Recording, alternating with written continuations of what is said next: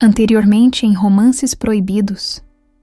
A vida de Carina virou de cabeça para baixo quando ela aceitou trabalhar para a temida e reclusa Vera Lúcia.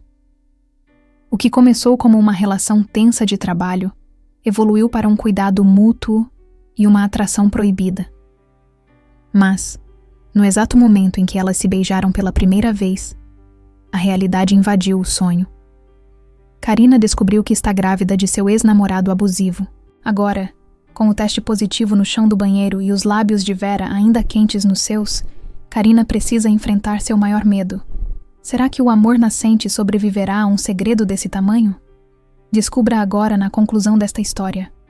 Aquele objeto de plástico branco e rosa caído no tapete felpudo do banheiro parecia gritar mais alto do que qualquer sirene, cortando o silêncio mágico que o nosso beijo tinha criado segundos antes. Eu olhei para a boca de Vera Lúcia, ainda úmida e entreaberta, e depois para o teste de gravidez que denunciava minha realidade fraturada, sentindo o sangue gelar nas minhas veias. O pânico me atingiu com a força de um maremoto. Eu me afastei bruscamente, como se o meu toque pudesse queimá-la ou manchá-la com a minha sujeira.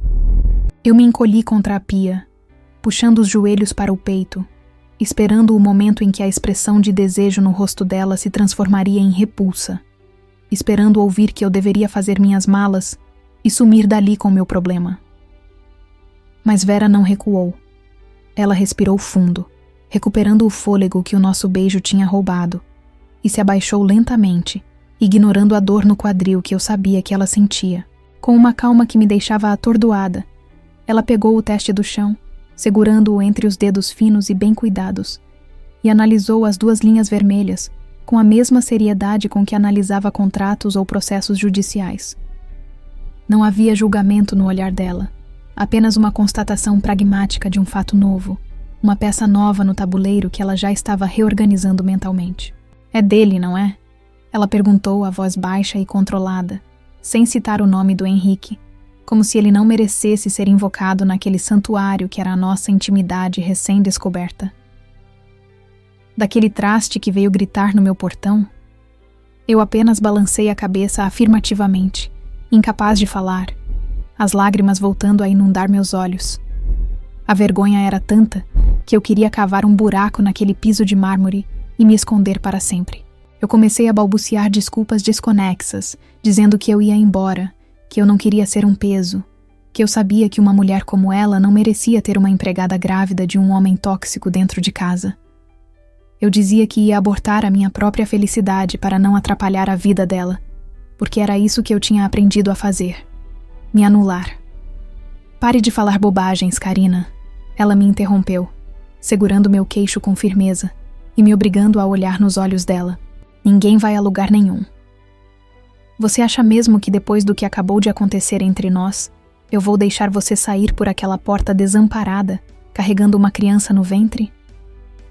Você não me conhece tão bem quanto pensa se acredita que eu sou capaz de tal crueldade.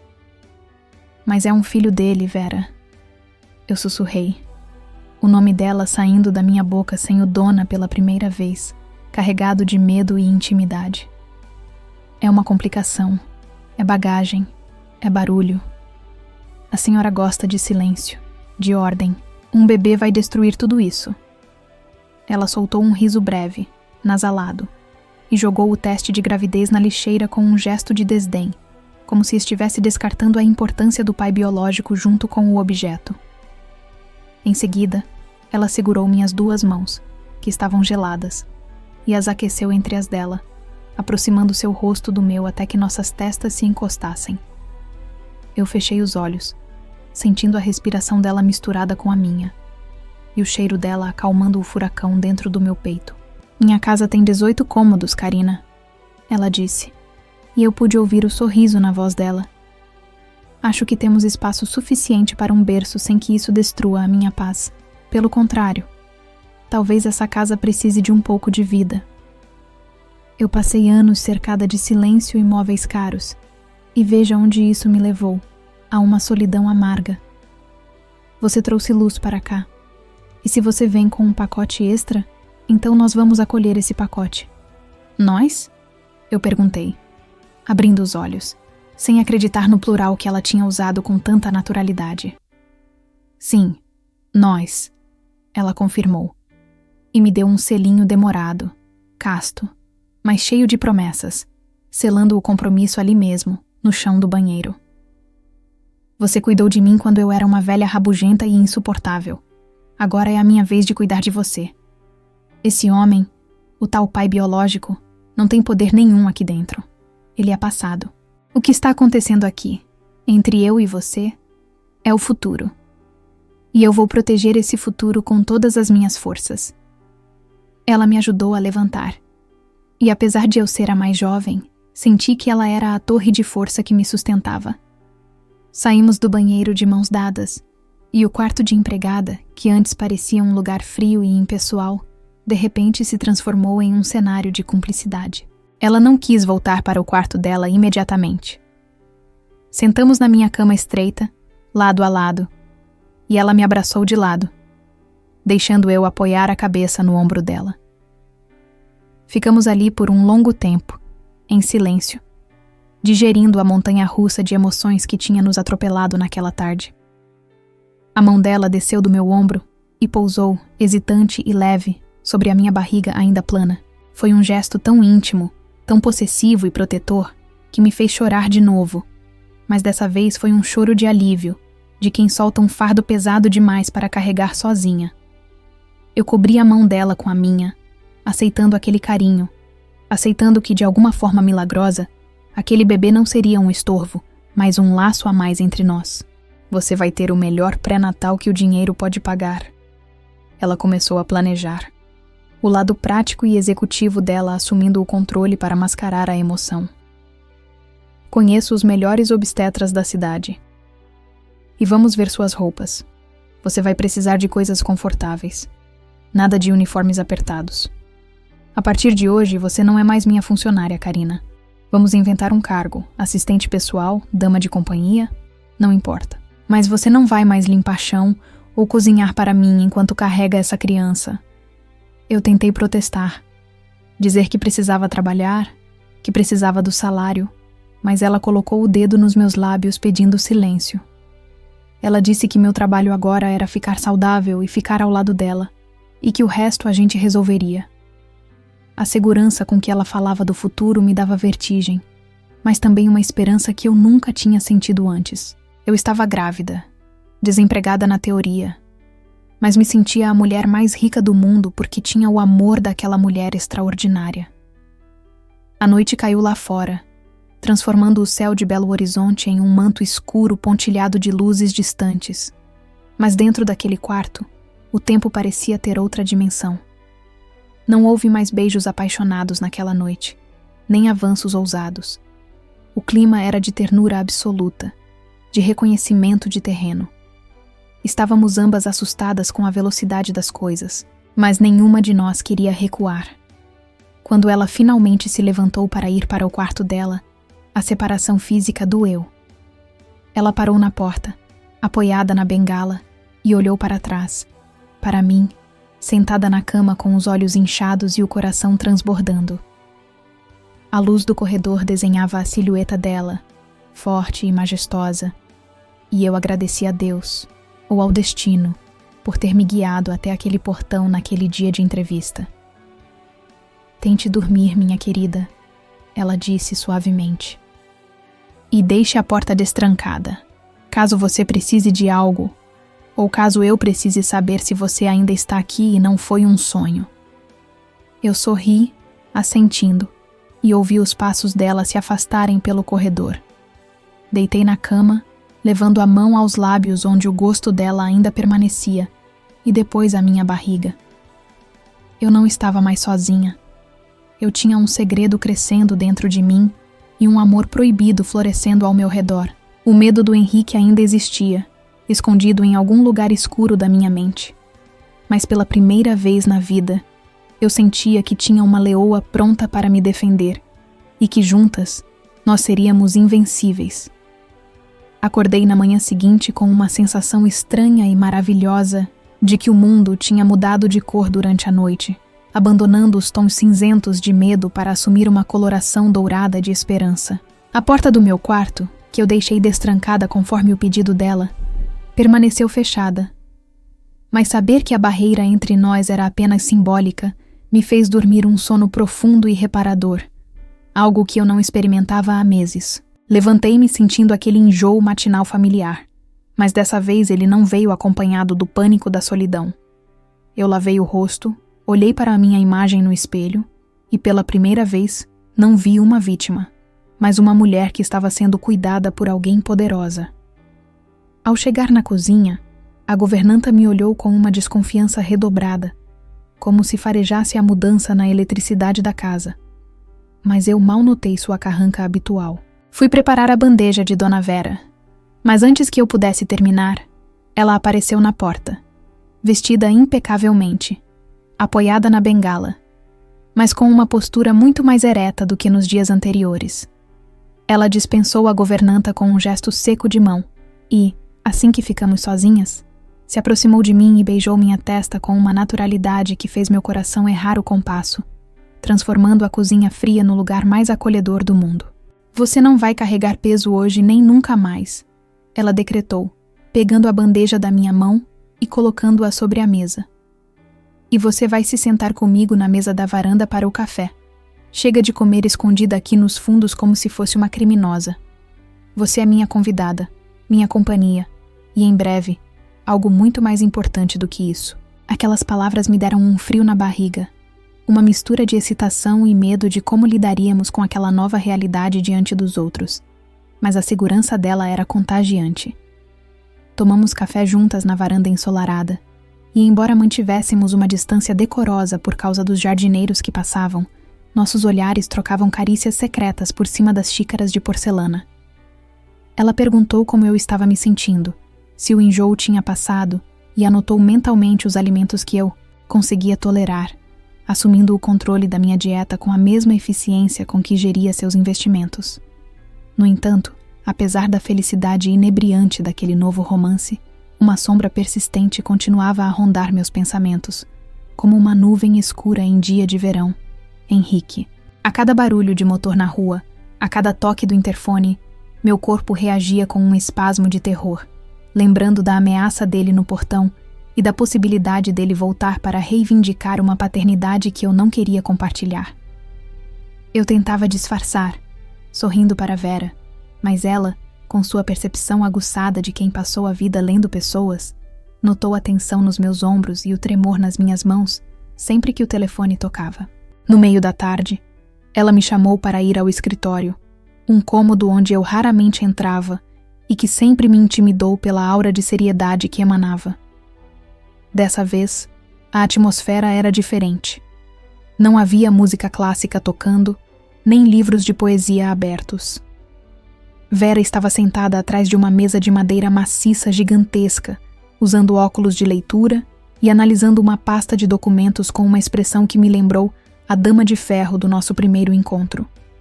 Ela fez um sinal para que eu fechasse a porta e me sentasse na cadeira à sua frente, e o tom cerimonioso me deixou apreensiva. Karina, eu percebo o medo nos seus olhos. Ela começou, tirando os óculos e me encarando com aquela intensidade que parecia ler minha alma. Você está feliz comigo, eu sinto isso. Mas uma parte de você continua lá fora, naquele portão, esperando aquele homem voltar. E eu não posso construir uma vida com você se estivermos vivendo sob a sombra de uma ameaça fantasma. Eu tenho medo dele, Vera, confessei, minha voz sumindo na grandiosidade daquele escritório cheio de diplomas e livros de direito. Ele é vingativo, ele acha que é dono de tudo. Se ele souber da gravidez, ele não vai saber. E se souber, não vai fazer nada. Ela me cortou, com uma voz que não admitia réplicas, uma voz de quem estava acostumada a dar sentenças finais. Você sabe o que eu fazia antes do acidente? Antes de me aposentar e me trancar nesta casa? Eu balancei a cabeça negativamente. Eu sabia que ela era rica, culta, mas nunca soube a origem exata daquela autoridade natural. Eu fui juíza criminal por 30 anos, Karina, ela revelou, e a informação caiu sobre mim como uma bigorna. explicando tanta coisa sobre a personalidade dela, sobre a rigidez e a força. Eu lidei com o pior da humanidade. Eu coloquei homens muito mais perigosos que o seu ex-namorado atrás das grades. Eu conheço a lei, conheço as brechas e principalmente conheço como o medo funciona. E eu usei meus contatos para garantir a nossa paz. Ela abriu a pasta que estava sobre a mesa e deslizou um envelope pardo na minha direção. Minhas mãos tremeram ao pegar o papel, sentindo a textura grossa, e olhei para ela buscando permissão. Ela assentiu e eu abri o envelope, tirando de lá uma série de fotografias e um relatório detalhado com o nome do Henrique no topo. Eram fotos tiradas à distância, fotos dele em bares, em boates e em lugares que eu não reconhecia. Eu mandei um detetive particular investigar a vida dele assim que ele fez aquele escândalo aqui na frente, ela explicou, com a frieza pragmática de uma estrategista. Eu precisava saber com quem estava lidando para saber como neutralizá-lo. E o que descobrimos é revelador. Comecei a olhar as fotos com mais atenção. Havia fotos dele entrando em uma boate específica no centro da cidade. Fotos dele conversando muito próximo de outros homens. Fotos de carinhos discretos.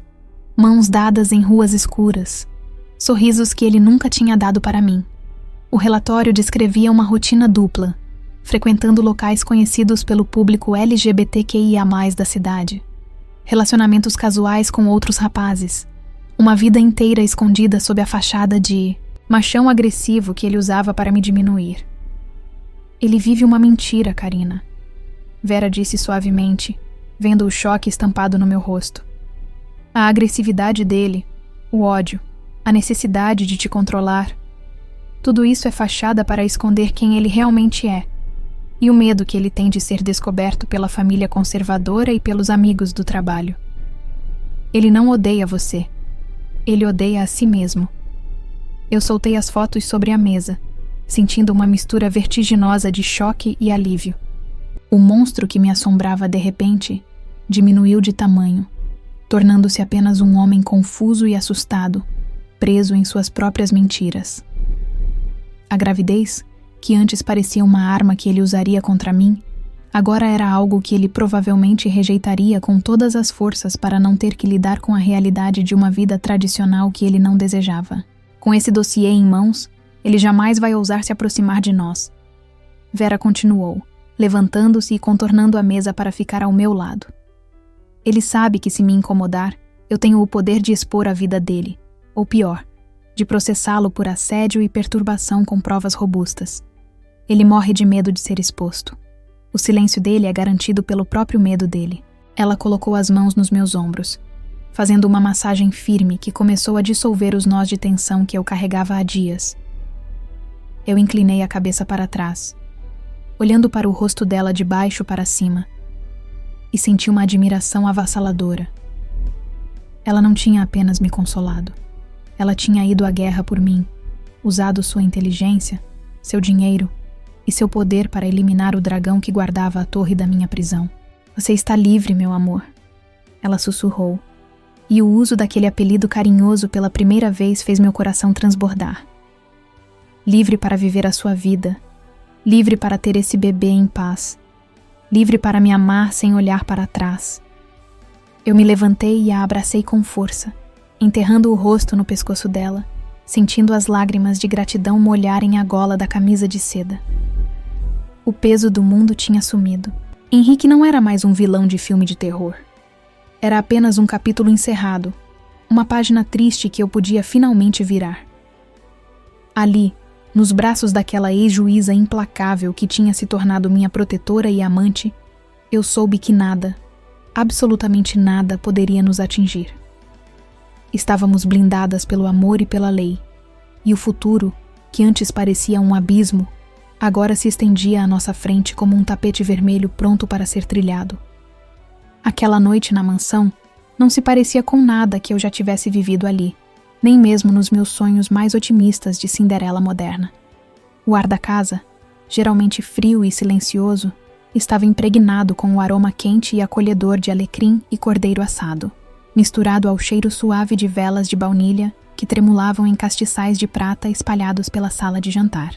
Vera Lúcia havia dispensado a cozinheira e a governanta mais cedo, querendo privacidade absoluta, e ver aquela mesa posta para 2 pessoas, com a toalha de linho branco e as taças de cristal brilhando sob a luz amarelada, fez meu estômago dar um nó, não de enjoo dessa vez, mas de pura ansiedade pelo que viria.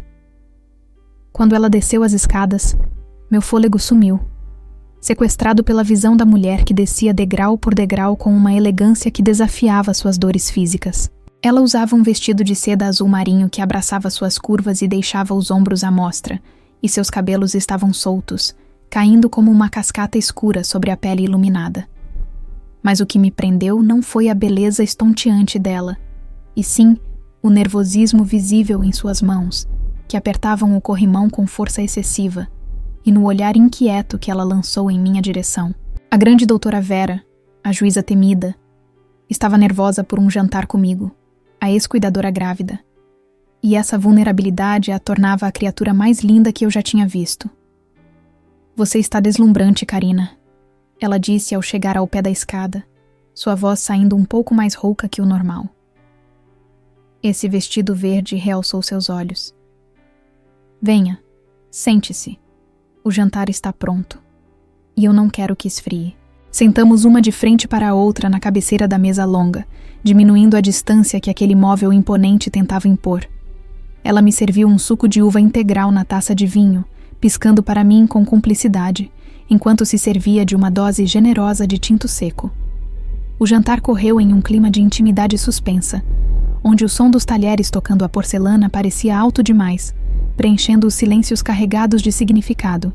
Falamos amenidades sobre a comida, sobre o tempo, dançando ao redor do assunto principal que pairava sobre nós como a fumaça das velas. Quando terminamos a sobremesa, ela empurrou o prato levemente para o lado, apoiou os cotovelos na mesa e entrelaçou os dedos, respirando fundo como quem se prepara para dar um veredito difícil. O brilho da vela iluminava o rosto dela de baixo para cima, destacando as linhas de expressão que contavam sua história. E eu vi o medo passar pelos olhos dela. Um medo cru que eu nunca tinha presenciado antes. Karina, eu preciso ser honesta com você sobre algo que tem tirado meu sono desde que nos beijamos. Ela começou, desviando o olhar para a chama da vela por um instante. Eu passei a vida inteira julgando os outros, decidindo destinos, trancada na minha torre de marfim. Eu me acostumei com a solidão. Fiz dela minha única amiga fiel. E agora, de repente, você aparece e vira tudo do avesso. Eu sinto muito se estou bagunçando sua rotina, Vera. Eu disse rapidamente, sentindo a insegurança bater na porta. Se for demais para a senhora, eu entendo. Não me chame de senhora e pare de pedir desculpas. Ela sorriu tristemente, estendendo a mão para segurar a minha sobre a mesa. O problema não é a bagunça. O problema sou eu. Tenho 58 anos, Karina. Tenho manias, tenho dores, tenho um passado pesado. Você tem 25 anos, uma vida inteira pela frente e um bebê a caminho. Ela apertou minha mão e eu senti um tremor nos dedos dela. Eu tenho medo, ela confessou, a voz falhando pela primeira vez. Medo de não ter energia para acompanhar você.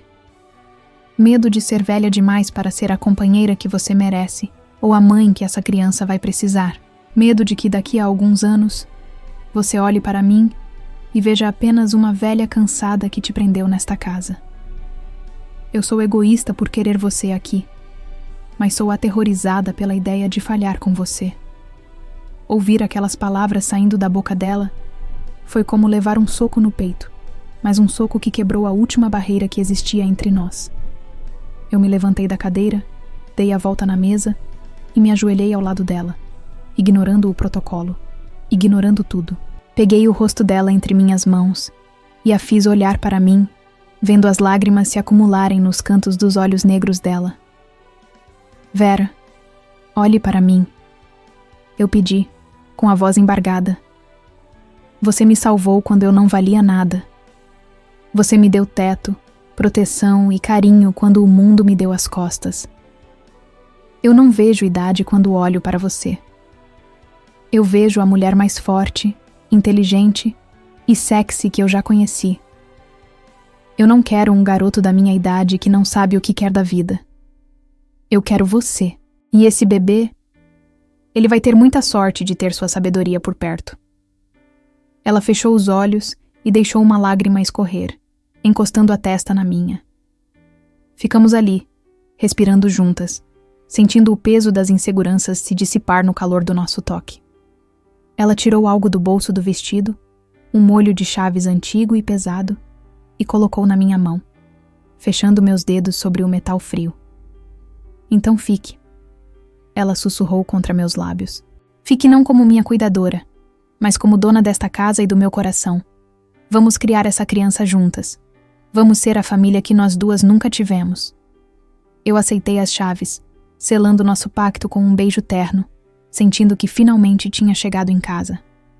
Mas enquanto o alívio me invadia, uma outra sensação, fria e incômoda, cutucava minha consciência. Eu olhei para as chaves na minha mão, depois para o rosto esperançoso de Vera, e soube que não podia aceitar aquele presente imaculado com as mãos sujas de segredos. Havia uma ponta solta na minha história, uma mentira por omissão que, se não fosse resolvida agora, assombraria nosso futuro perfeito. Eu aceito, Vera.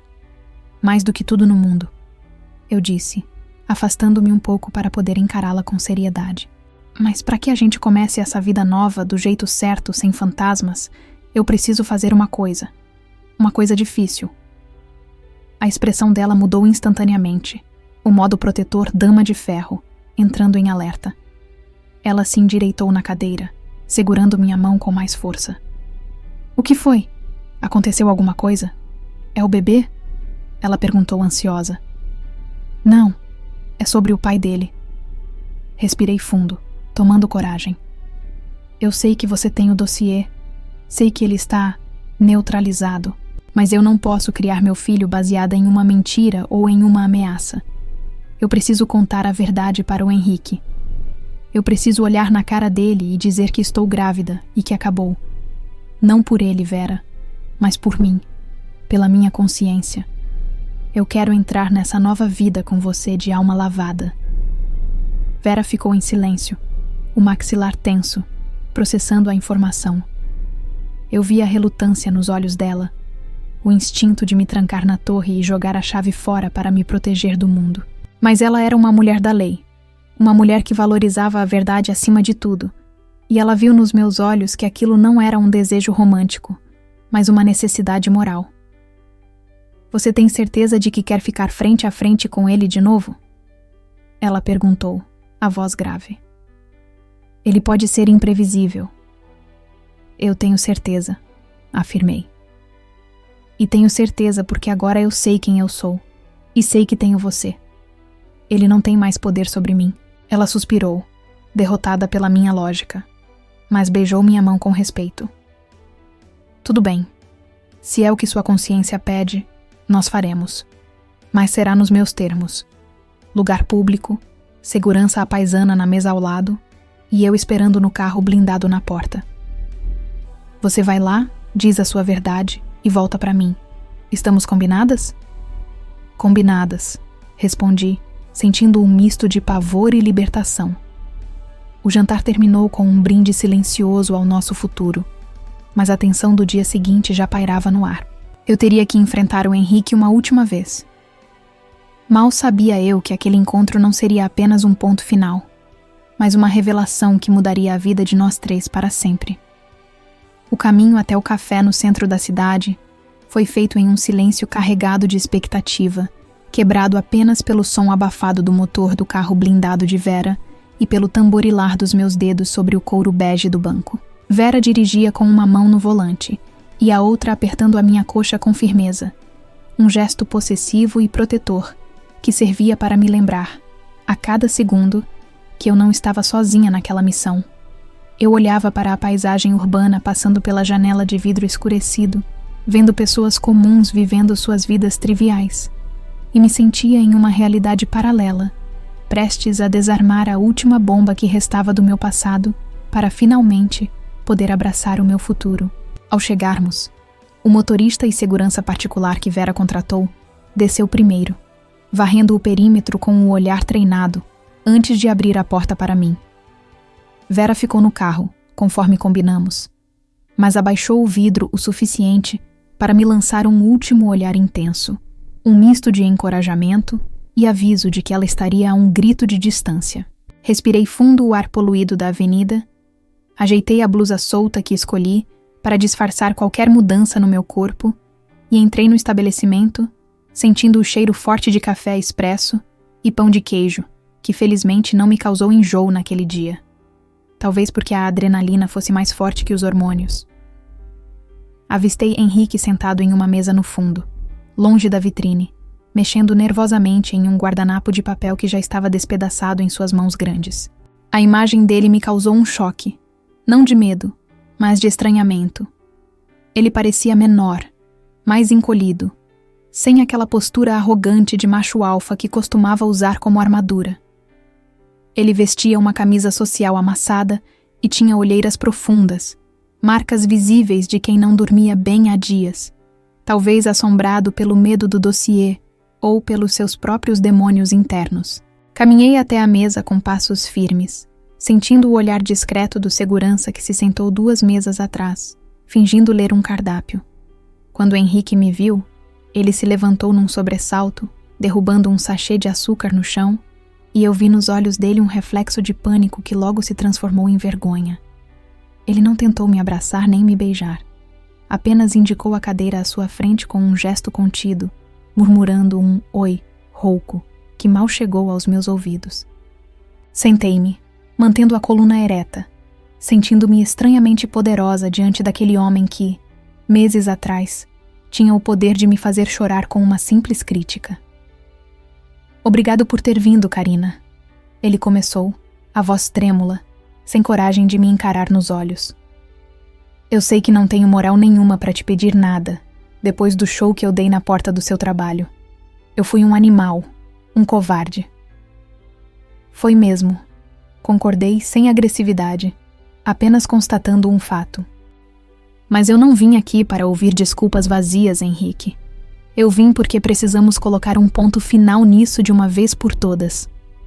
Ele assentiu freneticamente, passando a mão pelo cabelo curto num gesto de frustração. Ele tomou um gole longo de água, como se precisasse limpar a garganta para dizer algo que estava entalado ali há anos. Eu preciso te contar uma coisa, ele disse, baixando o tom de voz para um sussurro conspiratório. Aquele dia no portão, eu estava bêbado porque eu não aguentava mais a minha própria cabeça. Eu descontei em você a raiva que eu sinto de mim mesmo. Você sempre foi boa para mim, Karina. Boa até demais. O problema nunca foi você. O problema é que eu estava tentando ser alguém que eu não sou. Fiquei em silêncio, esperando, embora eu já soubesse exatamente o que viria a seguir. Ver a luta dele para verbalizar a própria verdade me despertou uma compaixão inesperada. Eu sou gay, Karina. Ele soltou a frase de uma vez, como se tivesse vomitado um veneno, e fechou os olhos esperando o meu julgamento. Eu gosto de homens. Sempre gostei. Tentei namorar com você. Tentei ser o homem que minha família esperava. Mas eu só consegui te fazer infeliz e me sentir um lixo. Eu sinto muito por ter usado você como escudo. Eu não fingi surpresa, nem fiz escândalo. Apenas estiquei minha mão sobre a mesa e toquei levemente no braço dele. Um toque de humanidade que o fez abrir os olhos, marejados de lágrimas contidas. Eu sei, Henrique, respondi com calma. E eu fico feliz que você finalmente tenha conseguido dizer isso em voz alta. Deve ser libertador tirar essa máscara depois de tanto tempo. Ele me olhou confuso, talvez esperando gritos ou acusações, mas relaxou visivelmente os ombros ao perceber que não havia ódio na minha voz. Você não está com raiva? Ele perguntou, incrédulo. Eu estava, admiti. Mas a raiva passou. Porque eu tenho uma notícia parecida para te dar. A vida é engraçada, Henrique. Enquanto você se escondia, eu também estava perdida, tentando me encaixar em um molde que não era meu. Ele franziu a testa, sem entender onde eu queria chegar. Eu também descobri que gosto de mulheres. Revelei, e vi o queixo dele cair ligeiramente. E estou namorando uma mulher incrível, a dona da casa onde eu trabalho. A mulher que me defendeu de você naquele dia. Nós estamos juntas, e eu nunca me senti tão completa e tão eu mesma como me sinto com ela. Henrique soltou uma risada nervosa, incrédula, balançando a cabeça como se tentasse processar a ironia cósmica da situação. Nós dois, ele murmurou, um sorriso torto aparecendo no canto dos lábios. Nós dois vivemos uma mentira juntos por 2 anos. Que desperdício, Karina. Que desperdício de tempo e de sofrimento. Mas fico feliz por você. De verdade. Aquela mulher, ela parecia uma leoa defendendo a cria. Ela é... Sorri, sentindo meu coração aquecer só de mencionar Vera. Mas a conversa não acabou, Henrique. A sexualidade é apenas uma parte da história. A notícia que eu tenho para te dar é muito mais chocante e vai exigir de você muito mais do que apenas aceitação. O sorriso dele desapareceu, substituído por uma tensão renovada. Ele se inclinou para a frente, percebendo a mudança no meu tom. O que foi? Você está doente? Respirei fundo. Coloquei a mão sobre o meu ventre instintivamente e soltei a bomba que mudaria nossas vidas para sempre. Eu estou grávida, Henrique, de 3 meses, e o filho é seu, daquela nossa última noite. O silêncio que se seguiu foi absoluto, ensurdecedor, isolando nossa mesa do barulho do café. Henrique ficou paralisado, a cor sumindo do rosto dele, os olhos fixos na minha barriga como se tentasse ver através do tecido. Ele abriu a boca para falar, mas nenhum som saiu. Ele pegou o copo de água novamente, as mãos tremendo tanto que a água espirrou na mesa, e bebeu tudo em um gole só, tentando ganhar tempo para que seu cérebro processasse a informação. Eu esperei, paciente, pronta para o pior. Pronta para ele negar, para ele fugir, para ele dizer que não queria saber. Mas quando ele finalmente colocou o copo na mesa e olhou para mim, eu vi algo diferente nos olhos dele. Não era medo, nem rejeição. Era um brilho úmido de emoção. Um filho, ele sussurrou, a voz embargada. Meu Deus, Karina, um filho. Ele cobriu o rosto com as mãos por um momento, respirando fundo, e quando as retirou, parecia outra pessoa. Mais maduro, mais sóbrio. Eu sei que eu não tenho direito de pedir nada, ele disse, olhando-me com firmeza. Eu sei que sou gay, sei que você está com outra pessoa, mas eu não quero ser o meu pai. Eu não quero ser um ausente. Eu quero ajudar. Eu quero ser pai dessa criança, Karina. Do meu jeito, sem atrapalhar a sua vida com ela. Mas eu quero estar presente. Eu quero fazer pelo menos uma coisa certa na minha vida. Foi a minha vez de ficar surpresa. Aquele não era o Henrique que eu conhecia. Era um homem transformado pela verdade e pela responsabilidade iminente. Senti um nó na garganta, e sem pensar, levantei-me e abracei ele. Ele se levantou também e me abraçou forte. Um abraço desajeitado, mas cheio de afeto genuíno. O abraço de 2 sobreviventes que acabaram de encontrar a paz no meio dos escombros de um passado confuso. Nós vamos conseguir, eu sussurrei no ouvido dele. Nós vamos ser a família mais estranha e moderna do mundo, mas essa criança vai ser muito amada. Nos separamos, ambos com lágrimas nos olhos, mas sorrindo. Paguei a conta antes que ele pudesse protestar e saí do café com a sensação de estar flutuando. Caminhei até o carro blindado onde Vera me esperava, e quando entrei e vi o rosto ansioso dela, soube que tudo tinha valido a pena. Eu não tinha apenas me livrado de um peso, eu tinha ganhado um aliado e garantido que meu filho teria todo o amor que merecia, vindo de todas as direções possíveis. Entrei no carro blindado e fechei a porta pesada, isolando novamente o mundo lá fora e mergulhando no silêncio seguro e perfumado que Vera Lúcia proporcionava. Ela não ligou o motor imediatamente. Suas mãos apertavam o volante com tanta força que os nós dos dedos estavam brancos, e seus olhos me esquadrinharam com uma urgência quase dolorosa, procurando qualquer sinal de choro, de medo ou de arrependimento no meu rosto. Eu respirei fundo, sentindo o ar condicionado secar o suor frio da minha nuca. E, para a surpresa dela e minha, soltei uma risada baixa, uma risada de puro alívio que parecia borbulhar do fundo da minha alma. Vera franziu a testa, confusa, soltando uma das mãos do volante para tocar meu rosto, verificando se eu não estava tendo um colapso nervoso.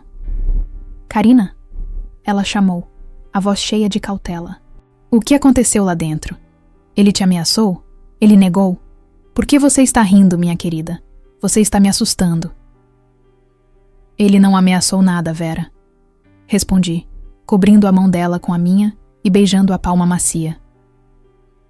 A vida é uma peça de teatro muito engraçada, e nós estávamos sofrendo por um roteiro que nem existia. O Henrique, o grande monstro do meu passado, ele é gay. Vera piscou os olhos 2 vezes, processando a informação, e a boca dela se abriu num ó perfeito de surpresa. A tensão que emanava dela se dissipou como fumaça, substituída por uma incredulidade cômica. Ela recostou-se no banco de couro, soltando o ar que prendia, e balançou a cabeça, deixando escapar um riso curto e seco, típico de quem percebe que armou uma guerra para matar uma formiga. "Você está falando sério?" Ela perguntou, ainda sorrindo. "Aquele homem que gritava no meu portão, estufando o peito feito um galo de briga, gosta de homens?" "Sim", confirmei, sentindo uma leveza deliciosa. Ele estava vivendo uma mentira, assim como eu. Nós conversamos, Vera. De verdade, pela primeira vez. Eu contei sobre nós duas, e ele ficou feliz. E então, eu contei sobre o bebê.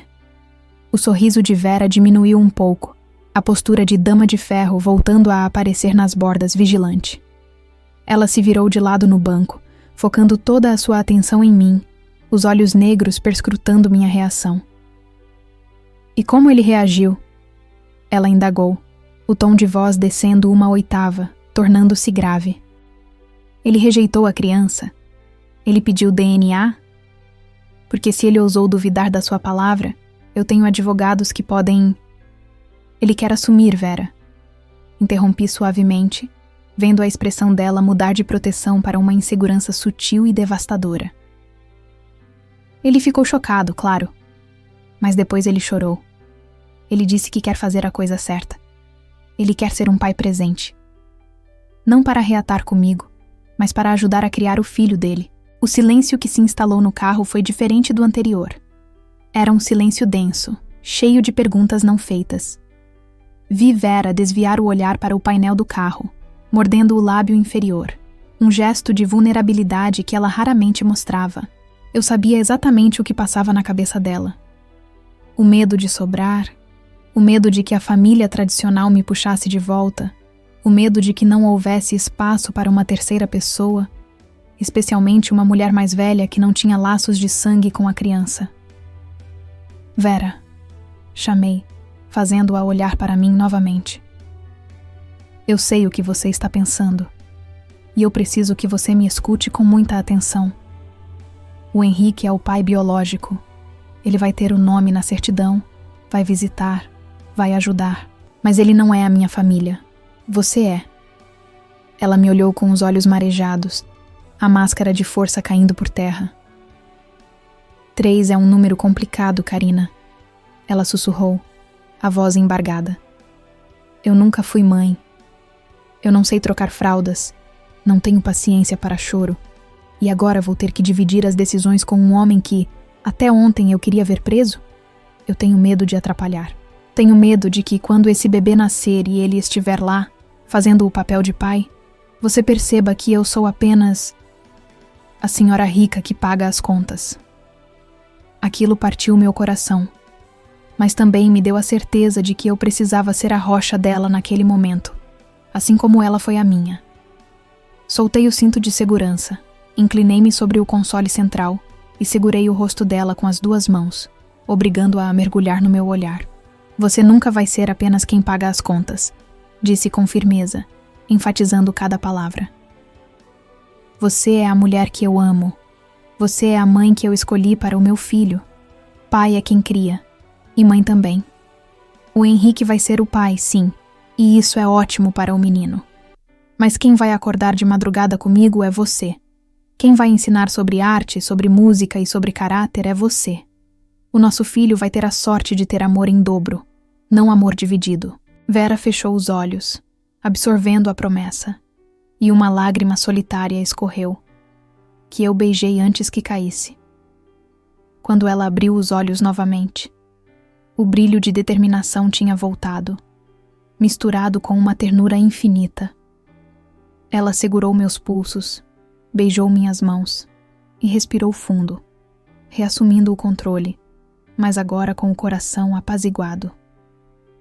Tudo bem, ela disse, endireitando-se no banco e ligando o motor do carro com um rugido suave. Se vamos fazer isso, faremos direito. Eu sou advogada, lembre-se. Vamos redigir um acordo de convivência muito claro. O Sr. Henrique será bem-vindo, desde que respeite nossas regras e nossa rotina. Essa criança será criada com amor, disciplina e muito mimo. E ai dele se tentar dar palpites na decoração do quarto. Nós duas rimos, uma risada que selou nosso pacto de família moderna, e ela dirigiu de volta para casa. O trajeto pareceu mais curto, mais leve, como se as ruas de Belo Horizonte estivessem aplaudindo nossa coragem. Quando o portão da mansão se abriu, eu não vi mais aquele lugar como um local de trabalho ou uma fortaleza solitária. Vi um lar. Um lar grande, complexo, talvez um pouco bagunçado emocionalmente, mas um lar verdadeiro. Entramos em casa de mãos dadas, sem nos importarmos se a governanta ou o jardineiro estavam vendo. Vera me guiou até a sala de estar e me fez sentar no sofá, tirando meus sapatos e massageando meus pés inchados, um gesto de serviço que invertia completamente nossa antiga lógica de patroa e empregada. Ali, na penumbra da tarde caindo, começamos a planejar o impossível. Como transformaríamos aquela casa de silêncio em um berçário cheio de vida? Vamos precisar pintar aquele quarto de hóspedes, ela comentou, olhando para o teto com um olhar sonhador. Nada de azul ou rosa. Quero cores neutras, elegantes. Creme, talvez um verde sálvia. E livros. Muitos livros desde cedo. E um berço bem confortável. Completei, acariciando o cabelo dela enquanto ela continuava a massagem. E uma poltrona para você contar histórias. Ficamos ali até anoitecer, apenas existindo juntas, sentindo a paz de quem não tem mais segredos para esconder. O medo do futuro tinha se transformado em expectativa. Eu sabia que haveria desafios, sabia que a sociedade lá fora poderia nos julgar, e que a dinâmica com o Henrique exigiria paciência. Mas olhando para a Vera Lúcia ali aos meus pés, devotada e apaixonada, eu tive a certeza absoluta de que nosso amor era forte o suficiente para sustentar qualquer estrutura familiar que decidíssemos construir. A barriga, que naquela tarde era apenas uma saliência discreta e um segredo recém-revelado, nos meses seguintes, se tornaria o centro do nosso universo, o mapa mundi, onde traçaríamos nossas rotas de afeto. E foi exatamente essa barriga, crescendo dia após dia como a lua cheia, que nos proporcionaria os momentos de intimidade mais profundos e sagrados que eu jamais poderia ter imaginado viver. Se alguém me dissesse meses atrás que eu veria meu ex-namorado tóxico sentado no sofá de linho italiano da mulher que eu amo, bebendo chá numa xícara de porcelana que custava mais que o nosso antigo aluguel, eu diria que era um delírio de febre. Mas a vida tem um senso de humor peculiar, e ali estávamos nós, na semana seguinte à revelação no café, protagonizando a cena mais surreal e civilizada da minha existência. Vera Lúcia não brincava em serviço. Fiel à sua promessa no carro, ela redigiu o que chamou de termo de convivência e coparentalidade, transformando a nossa sala de estar em um tribunal informal, onde as regras do nosso futuro seriam ditadas pela batuta firme dela. A postura de Vera era um espetáculo à parte. Ela vestia um terninho de corte impecável, como se fosse presidir uma audiência no Supremo, e seus óculos de leitura repousavam na ponta do nariz, enquanto ela explicava cláusula por cláusula para um Henrique visivelmente intimidado. Eu observava a cena de uma poltrona lateral, acariciando minha barriga que começava a despontar, sentindo uma mistura de orgulho da minha companheira e pena do meu ex. Henrique, que antes gritava para impor respeito, agora ouvia atentamente, balançando a cabeça em concordância, encolhido diante da autoridade natural que emanava daquela mulher extraordinária. As visitas serão quinzenais nos primeiros 6 meses, sempre supervisionadas e agendadas com 48 horas de antecedência. Vera ditava com a voz calma, mas inflexível. Não queremos perturbar a rotina de sono do bebê, nem a da mãe. E quanto às despesas, o senhor contribuirá com o que foi estipulado aqui. Mas quero deixar claro que a educação e a saúde da criança serão providas integralmente por mim. Não quero que falte nada a ele, e não quero que o senhor se sinta pressionado financeiramente além do que pode pagar. Henrique pegou a caneta que ela ofereceu, suas mãos tremendo levemente, e assinou o papel sem contestar uma única vírgula. Quando ele levantou os olhos, não havia ressentimento, apenas uma gratidão silenciosa. Ele sabia que estava recebendo um presente. A chance de ser pai sem o peso de sustentar uma família sozinho. E a chance de conviver com o filho sem precisar esconder quem ele realmente era. Ele olhou para mim e depois para Vera, e pela primeira vez, vi um respeito genuíno no olhar dele. Obrigado, doutora Vera. Ele disse, usando o título não por obrigação, mas por reverência. Eu prometo que não vou dar trabalho. Eu só quero que ele saiba que eu existo e que eu não fui embora. Ele saberá, Vera garantiu, retirando os óculos e suavizando a expressão. Nós faremos questão de contar a história dele com honestidade e amor. Agora, se me dá licença, a Karina precisa descansar. Assim que a porta se fechou atrás de Henrique, o ar na sala mudou instantaneamente. A juíza implacável desapareceu, dando lugar à mulher insegura que habitava por baixo daquela armadura. Vera soltou o ar com força, tirou os sapatos de salto alto ali mesmo e se jogou no sofá onde ele estava sentado minutos antes, passando as mãos pelo rosto como se quisesse limpar a tensão. Eu me levantei e fui até ela, sentando ao seu lado e puxando-a para um abraço, sentindo o corpo dela relaxar contra o meu. Eu fui muito dura? Ela perguntou, escondendo o rosto no meu pescoço. Eu parecia uma bruxa controladora? Eu só queria garantir que ele entendesse os limites, mas agora fico pensando se não assustei o pai do seu filho para sempre. Você foi perfeita, sussurrei, beijando a têmpora dela, sentindo o cheiro do perfume amadeirado que eu tanto amava. Você foi a leoa protegendo a toca. O Henrique precisa de limites, Vera. Ele sempre precisou. Você deu a ele a estrutura que ele nunca teve. E, honestamente, acho que ele se sentiu aliviado por ter alguém no comando.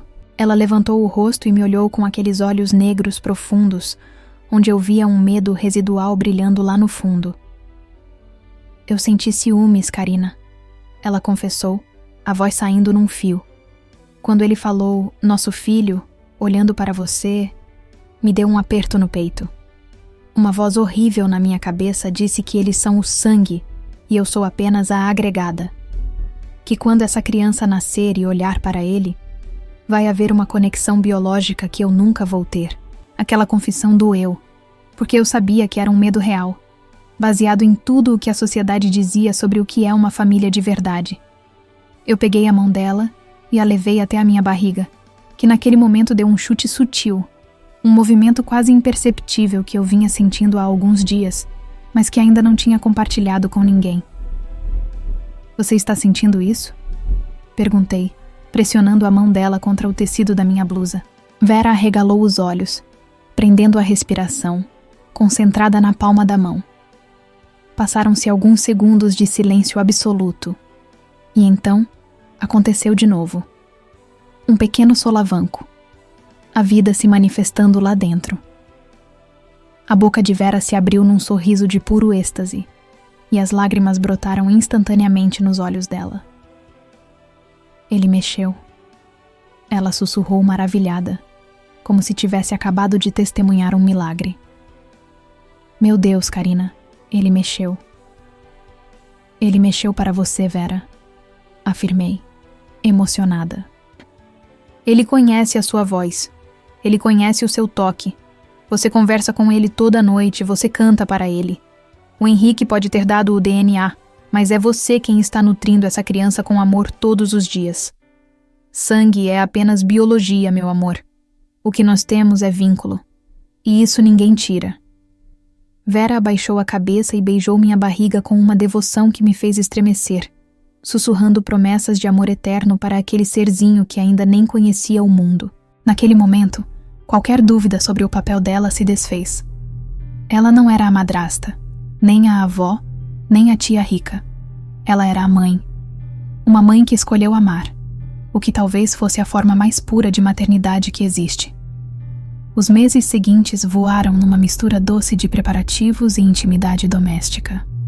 A mansão, antes silenciosa, foi invadida por catálogos de tintas, amostras de tecidos e caixas de entregas que chegavam quase todos os dias. Vera se aposentou de sua aposentadoria reclusa e assumiu o projeto Quarto do Enzo, com a mesma energia que dedicava aos seus processos mais complexos.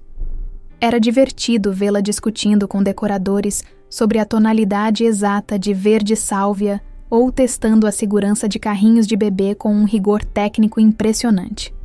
Mas o melhor de tudo não eram as compras ou a decoração. Era a nossa rotina. Acordar ao lado dela, sentir o braço dela protetor ao redor da minha cintura que se expandia a cada semana, era a melhor parte do meu dia. A minha gravidez, que começou como um pesadelo solitário, tinha se transformado na nossa jornada compartilhada. Vera cuidava de mim com um zelo que beirava a obsessão.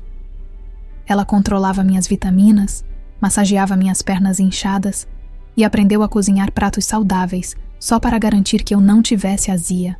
Nós criamos uma bolha de felicidade tão densa que o mundo lá fora parecia não importar.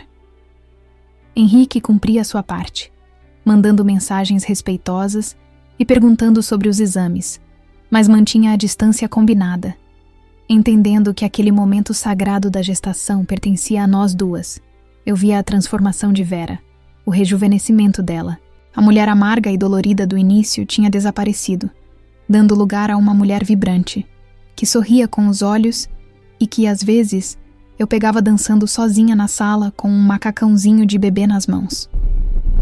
No entanto, à medida que a barriga crescia e o 8º mês se aproximava, trazendo consigo o peso físico e o desconforto de carregar uma vida quase pronta, nossa intimidade mudou de tom.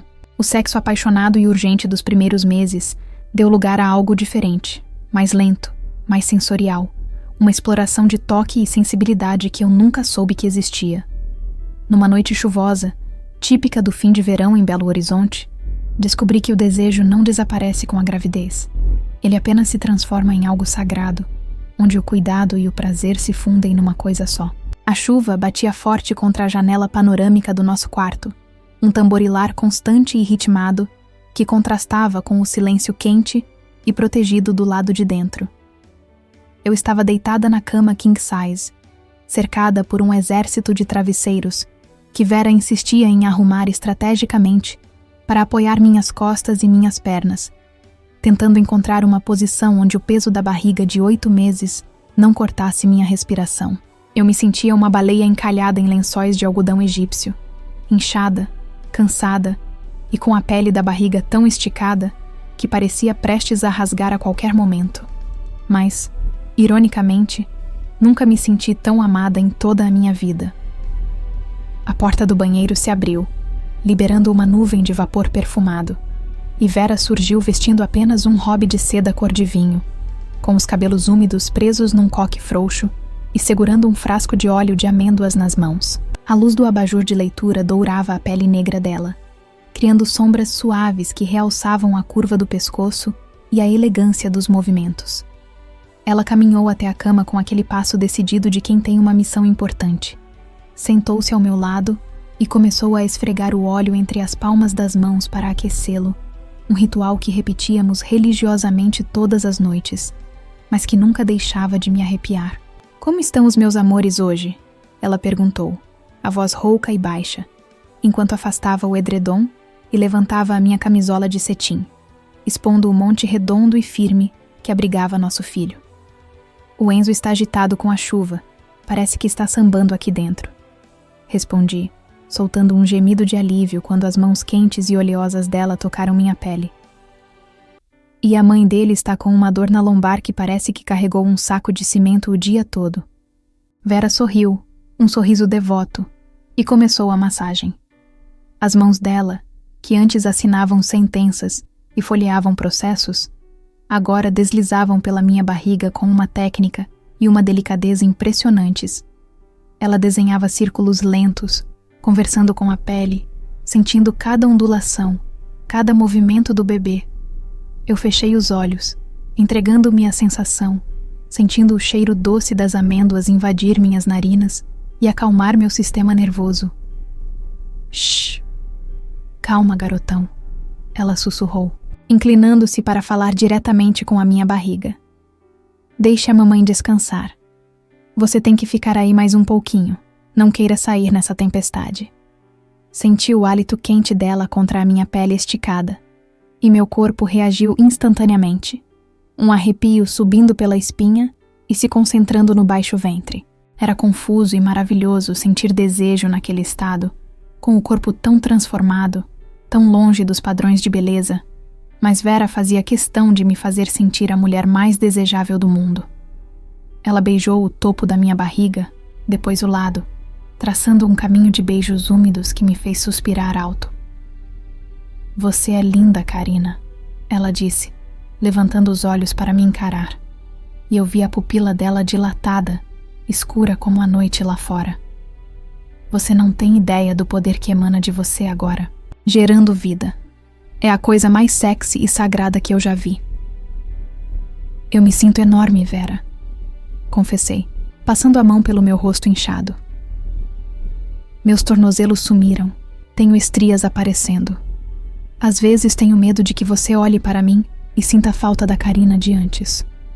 Ela parou a massagem imediatamente, segurou meu rosto com as mãos sujas de óleo, sem se importar em manchar a fronha, e me beijou com uma intensidade que me tirou o fôlego. Não foi um beijo casto de boa noite. Foi um beijo de mulher para mulher, carregado de fome, língua e promessas. A Karina de antes era uma menina. Ela sussurrou contra a minha boca. A mulher que está na minha cama agora é uma deusa. Essas marcas na sua pele são o mapa da nossa família. Eu amo cada centímetro novo que você ganhou. Eu amo como seus seios ficaram maiores. Amo a curva do seu quadril. Amo tudo. Nunca mais ouse pensar que eu não te desejo. Aquelas palavras dissolveram minha insegurança como sal na água. Eu a puxei para mim, esquecendo o desconforto, esquecendo o peso, querendo apenas senti-la. Vera subiu na cama com cuidado, ficando de joelhos entre as minhas pernas, pairando sobre mim como uma guardiã, e recomeçou a massagem, agora descendo as mãos para as minhas coxas, aliviando a tensão muscular com toques firmes que subiam cada vez mais, roçando a virilha, provocando ondas de calor que irradiavam do meu centro. O quarto parecia ter encolhido, resumindo-se àquele círculo de luz amarela e cheiro de óleo. Não precisávamos de pressa, nem de acrobacias. A intimidade ali era feita de olhares demorados, de toques que conheciam cada atalho do prazer, de sussurros desconexos misturados ao barulho da chuva. Quando ela se deitou ao meu lado, encaixando o corpo dela nas minhas costas na posição de conchinha, com a mão pousada protetoramente sobre o Enzo, eu senti uma paz absoluta. Estamos prontas, não estamos? Perguntei no escuro, sentindo o sono pesado chegar. Estamos, ela respondeu beijando minha nuca. O quarto está pronto. A mala da maternidade está no carro e o meu coração está pronto. Pode vir, Enzo. Suas mães estão esperando. Adormeci com a certeza de que nada poderia abalar aquela fortaleza que construímos. Mas a natureza, em sua sabedoria imprevisível, não espera por planejamentos perfeitos ou noites de sono completas. A calmaria daquela noite chuvosa era apenas o prelúdio, a última respiração profunda antes do mergulho final. Porque poucas horas depois, quando a chuva estiou e o sol ainda nem pensava em nascer, Meu corpo daria o sinal definitivo de que o tempo de espera tinha acabado e que a verdadeira prova de fogo da nossa nova família estava prestes a começar. O despertar não veio com a luz do sol ou com o despertador suave do celular de Vera, mas com uma pontada aguda e dilacerante que atravessou meu baixo ventre como um raio, me arrancando do sono profundo num grito sufocado. Sentei-me na cama num solavanco, arfando, e senti o lençol encharcado embaixo de mim. Uma sensação morna e líquida que confirmava o que meu corpo já gritava. A hora tinha chegado. Olhei para o relógio digital na mesa de cabeceira, os números vermelhos marcando 3h40 da manhã, e toquei no ombro de Vera, que dormia pesado ao meu lado, exausta pela massagem e pela vigília constante. Vera.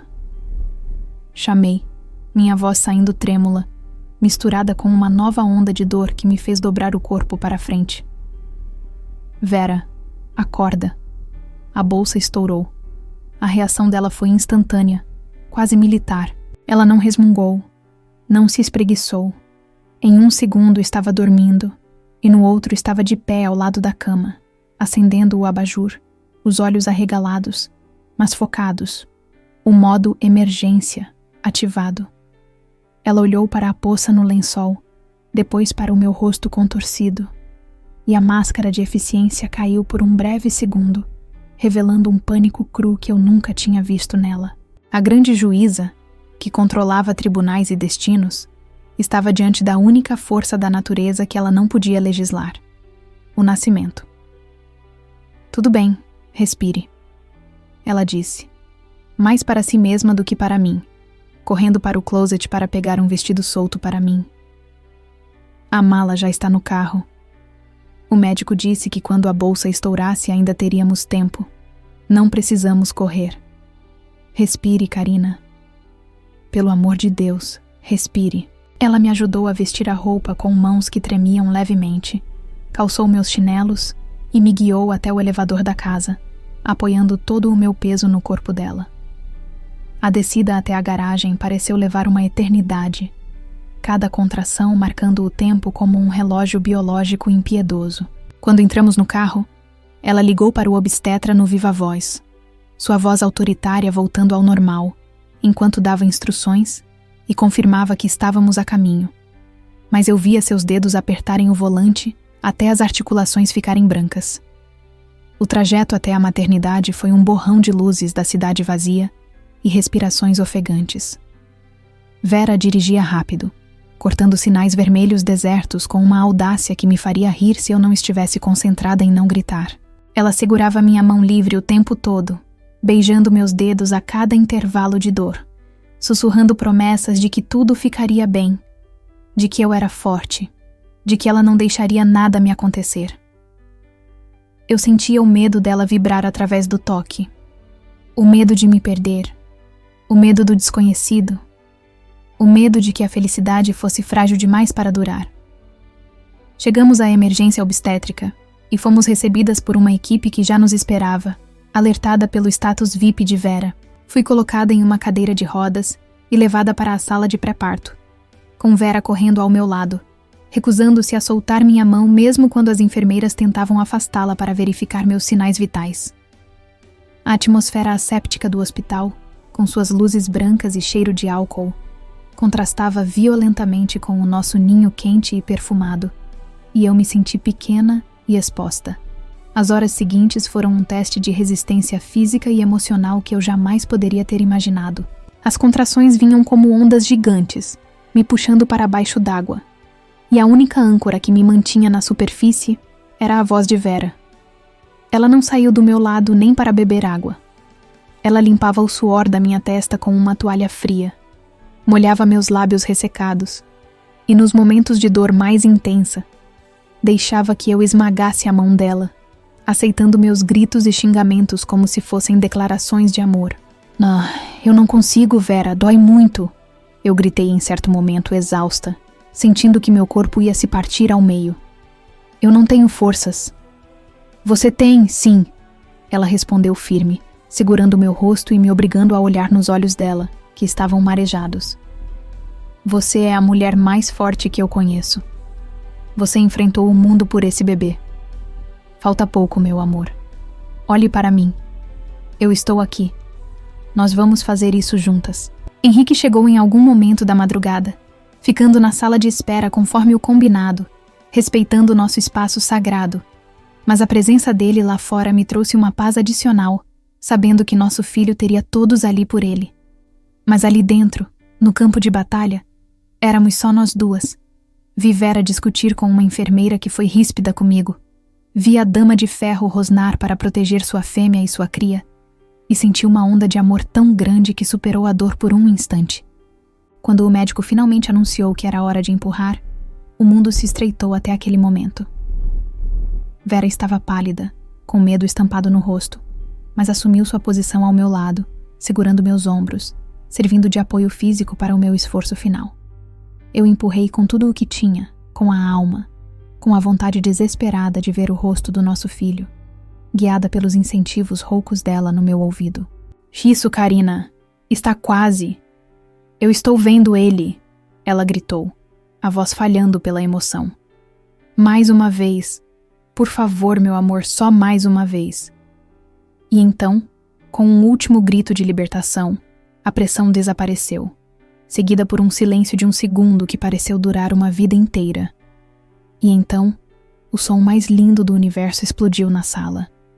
O choro forte e indignado de Enzo, anunciando sua chegada ao mundo. Eu caí para trás nos travesseiros, chorando e rindo ao mesmo tempo, exaurida, vazia e transbordando. Olhei para Vera e a vi como nunca tinha visto antes. Ela estava chorando copiosamente, sem tentar esconder, as lágrimas escorrendo livremente pelo rosto enquanto olhava para o bebê nos braços do médico. A mulher que nunca quis ser mãe, que achava que seu tempo tinha passado, estava ali, desarmada e refeita pela visão daquela vida nova. O médico limpou o bebê rapidamente e o colocou sobre o meu peito, aquele corpinho quente, úmido e perfeito, buscando o meu calor. Ele é lindo. Vera soluçou, esticando a mão trêmula para tocar as costas minúsculas dele. Ele é perfeito, Karina. Olhe os dedos dele. Olhe o cabelo. Ele tem o seu nariz empinado. Brinquei, fraca, puxando a mão dela para que ela tocasse a pele dele. Oi, filho. Essa é a mamãe Vera. Ela estava doida para te conhecer. Vera acariciou a cabecinha de Enzo com uma reverência sagrada. E quando ele instintivamente agarrou o dedo dela com aquela força surpreendente de recém-nascido, eu vi a transformação final acontecer. O medo de sobrar, o medo de não saber amar, tudo evaporou. Naquele aperto de mão minúsculo, um pacto eterno foi selado. Ela não era apenas a companheira da mãe. Ela era a mãe dele, ligada não pelo sangue, mas pela alma. O médico perguntou se o pai gostaria de entrar para cortar o cordão, mas Vera olhou para mim, e eu assenti. Você corta, Vera, eu disse. Foi você quem me sustentou até aqui. É você quem vai separá-lo de mim para apresentá-lo ao mundo. Ela hesitou por um segundo, olhando para a tesoura cirúrgica com o respeito de quem sabe a importância simbólica daquele ato. Com as mãos ainda trêmulas, mas guiada pelo médico, ela fez o corte, separando nossos corpos físicos, mas unindo nossas vidas para sempre. Quando ela pegou Enzo no colo, enrolado no coeiro da maternidade, e o aninhou contra o peito com uma naturalidade assustadora, eu soube que tudo ficaria bem. Fomos levadas para o quarto de recuperação quando o sol já estava alto no céu de Belo Horizonte, iluminando o dia mais importante das nossas vidas. Henrique entrou logo depois, tímido, com os olhos vermelhos de quem também tinha chorado lá fora. Vera, num gesto de generosidade suprema, entregou o bebê aos braços dele por alguns minutos, e ver os dois, o pai biológico e a mãe de coração, admirando o nosso filho juntos, foi a prova de que o amor, quando é verdadeiro, não subtrai. Ele multiplica. Adormeci vendo a cena de Vera sentada na poltrona de amamentação, com Enzo dormindo em seu colo, vigiando o sono dele como uma leoa guarda seu filhote. A tempestade tinha passado, a dor tinha valido a pena, e a família estranha e moderna que prometemos ser tinha acabado de nascer, perfeita em todas as suas imperfeições. 1 ano e meio se passou desde aquela madrugada caótica na maternidade, e se eu pudesse viajar no tempo e mostrar a minha vida de hoje para a Karina do passado, aquela menina assustada que subiu a ladeira da mansão tremendo de medo, ela diria que é mentira. O jardim da casa, antes um lugar de silêncio e pedras portuguesas imaculadas, hoje estava transformado em um cenário de festa, decorado com balões coloridos e cheio do som mais bonito que existe, risada de criança. Era o aniversário de 1 ano do Enzo, com um pequeno atraso na comemoração porque a dona Vera, perfeccionista como sempre, quis esperar o clima esquentar para fazer a festa ao ar livre, que ela idealizou nos mínimos detalhes. Eu estava sentada num banco de madeira sob a sombra do pergolado, observando a cena com um copo de suco na mão e o coração transbordando de gratidão. Enzo, agora um menino robusto de cachos escuros e sorriso fácil, corria pela grama com aquela falta de coordenação adorável de quem aprendeu a andar há pouco tempo, perseguindo uma bola gigante. Mas ele não estava sozinho. Correndo atrás dele, fingindo que não conseguia alcançá-lo, estava Henrique. Meu ex-namorado parecia 10 anos mais jovem, a pele corada de sol, rindo alto enquanto era derrotado pelo filho numa corrida imaginária. Ao lado deles, sentado na toalha de piquenique e batendo palmas animadas, estava o Juliano, o namorado do Henrique. Um rapaz doce, professor de história, que trouxe para a vida do Henrique a paz e a aceitação que ele tanto precisava. Ver os dois ali, integrados à nossa rotina, sendo tios amorosos e presentes, sem nenhuma tensão, sem nenhum resquício daquele passado tóxico, era a prova viva de que o perdão não apenas liberta.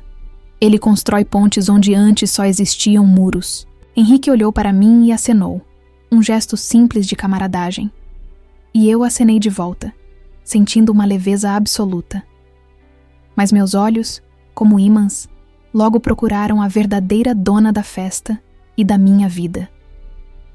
Vera Lúcia estava perto da mesa do bolo, ajeitando os docinhos com uma concentração divertida, vestida num conjunto de linho claro que a deixava ainda mais radiante. Ela não usava mais a bengala o tempo todo. A fisioterapia intensa e, desconfio eu, a motivação de correr atrás do Enzo devolveram a ela uma mobilidade que os médicos diziam ser impossível. Ela ria de algo que a governanta dizia. Sim, até a governanta tinha suavizado a expressão, e agora sorria. E aquela risada rouca da Vera era a minha música favorita. De repente, Enzo tropeçou nos próprios pés e caiu sentado na grama, fazendo aquele bico de choro iminente. Antes que eu ou o Henrique pudéssemos nos mexer, Vera já estava lá.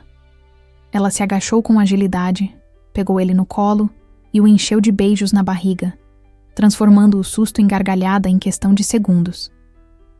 Eu vi o jeito como ela olhava para ele, com uma adoração total, e depois o jeito como ela olhou para o Henrique e para o Juliano, convidando-os para perto para limpar a grama da roupa do menino.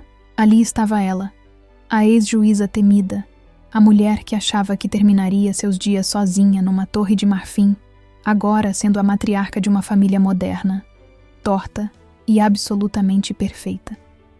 Ela sentiu meu olhar, como sempre sentia, e virou o rosto na minha direção. O sorriso que ela me deu atravessou o jardim e me atingiu no peito, me lembrando de todas as noites em claro que passamos cuidando de cólicas, de todos os banhos compartilhados, de todas as vezes que ela me disse que eu era a melhor mãe do mundo, quando eu me sentia exausta. Levantei-me e caminhei até eles, sentindo o sol da tarde aquecer minha pele, mas sabendo que o verdadeiro calor vinha daquelas pessoas. Hora do parabéns.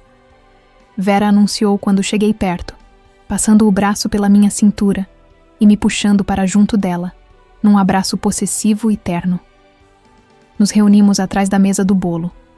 Eu, Vera, Henrique e Juliano, com o Enzo no colo da Vera, batendo as mãozinhas sujas de glacê. Cantamos parabéns desafinados e felizes, e quando chegou a hora de soprar a vela, Enzo precisou da ajuda de todos nós. Naquele sopro conjunto, eu fiz meu pedido silencioso, que o tempo passasse devagar, porque eu queria saborear cada segundo daquela realidade improvável. Enquanto os convidados comiam o bolo e a música voltava a tocar, Vera me puxou discretamente para um canto mais afastado do jardim, longe da confusão. Ela segurou meu rosto com as 2 mãos, seus olhos negros brilhando de emoção. Você tem noção do que nós construímos, Karina? Ela sussurrou, encostando a testa na minha. Olhe para isso, olhe para nós. Eu vejo todos os dias, Vera, respondi, roçando meus lábios nos dela. Eu vejo o milagre que é o amor quando a gente deixa de ter medo dele. Eu amo você, ela disse, com a gravidade de uma sentença perpétua, mas com a doçura de uma promessa. Amo a nossa família bagunçada, amo a vida que você me devolveu. E eu amo você, minha dama de ferro. Brinquei, beijando-a devagar, sem me importar se o Henrique, o Juliano ou os vizinhos estavam olhando. O beijo foi interrompido por um grito animado de "Ma!" vindo do gramado. Olhamos para o lado e vimos Enzo correndo em nossa direção, fugindo do pai biológico para se jogar nos braços das suas 2 mães. Vera o pegou no ar, girando-o, e eu abracei os 2, fechando os olhos e sentindo o cheiro de grama, de bebê e do perfume dela. Minha jornada tinha começado com um término doloroso e uma entrevista de emprego humilhante, mas terminava ali, naquele jardim ensolarado, com a certeza de que as melhores histórias de amor são aquelas que ninguém espera que aconteçam, mas que, quando acontecem, mudam o mundo inteiro ao redor. E a minha, felizmente, estava apenas começando. Obrigado por acompanhar essa história emocionante no Romances Proibidos. Se a jornada de Karina e Vera tocou seu coração, não esqueça de se inscrever no canal, curtir o vídeo e deixar seu comentário sobre qual foi seu momento favorito e clicar no botão de hype. Caso escutou até aqui, comente. O amor liberta, para sabermos que esteve até o finalzinho. Obrigada e até a próxima história.